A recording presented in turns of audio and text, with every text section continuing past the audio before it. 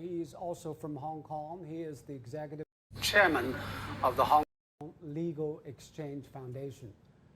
Lawrence, thanks for joining us. First, your thoughts on the decision to change, to improve the electoral system and the chief executive's remarks just now. Yes, I agree with Mrs. Carrie Lam.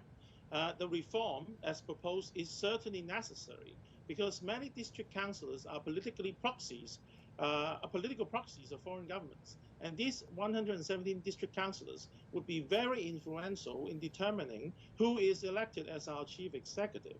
Had it not for the central government's decision today, casting them out from the election committee, foreign powers would be able to manipulate our chief executive election to put in place a person that is favorable to them and thereby seizing the governing powers of Hong Kong. And Lawrence, now the decision has been passed by the NPC. What's next? How to implement it? Well, the next step would, of course, involve the NPCSC, the National People's Congress Standing Committee, who is at the working level, to actually craft out the amendments to Annex 1 and Annex 2 of the Basic Law, which is, of course, what the reporter has previously said, the election method of the chief executive and the election method of the Legislative Council. And when do you think the screening of the candidates will begin and how?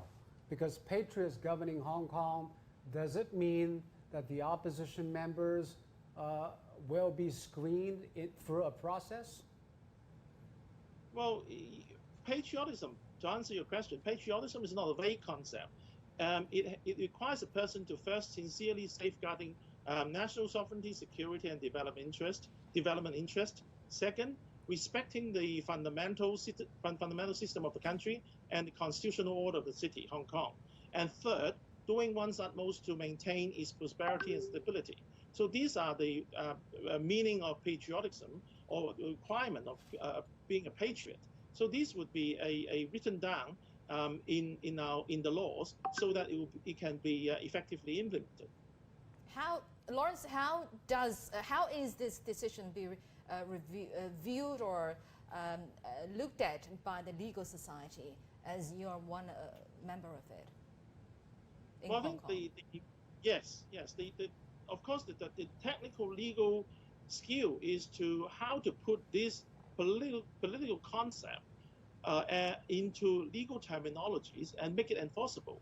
Now, so the NPCSC is doing the first or the second step by implementing or written down the decisions of the framework introduced by the NPC. So you will be able to see in more and better detail of how this political terminology is being translated into legal language. And this is the second stage. After the second stage, it will be the third stage. The third stage will involve the Hong Kong government amending a couple of hundreds of our legislations, which is called ordinances and regulations in our legal system in Hong Kong, to reflect the changes or the decisions of the NPC and the amendment to the Annex 1 and Annex 2 by the NPCSC. So it will be reflected in legal languages in Hong Kong's legislation.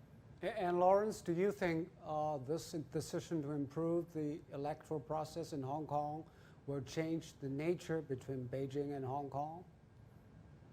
Well, I think it will definitely, because the system, the nomination committee will have a screening committee inside it to screen out any unpatriotic people or foreign proxies.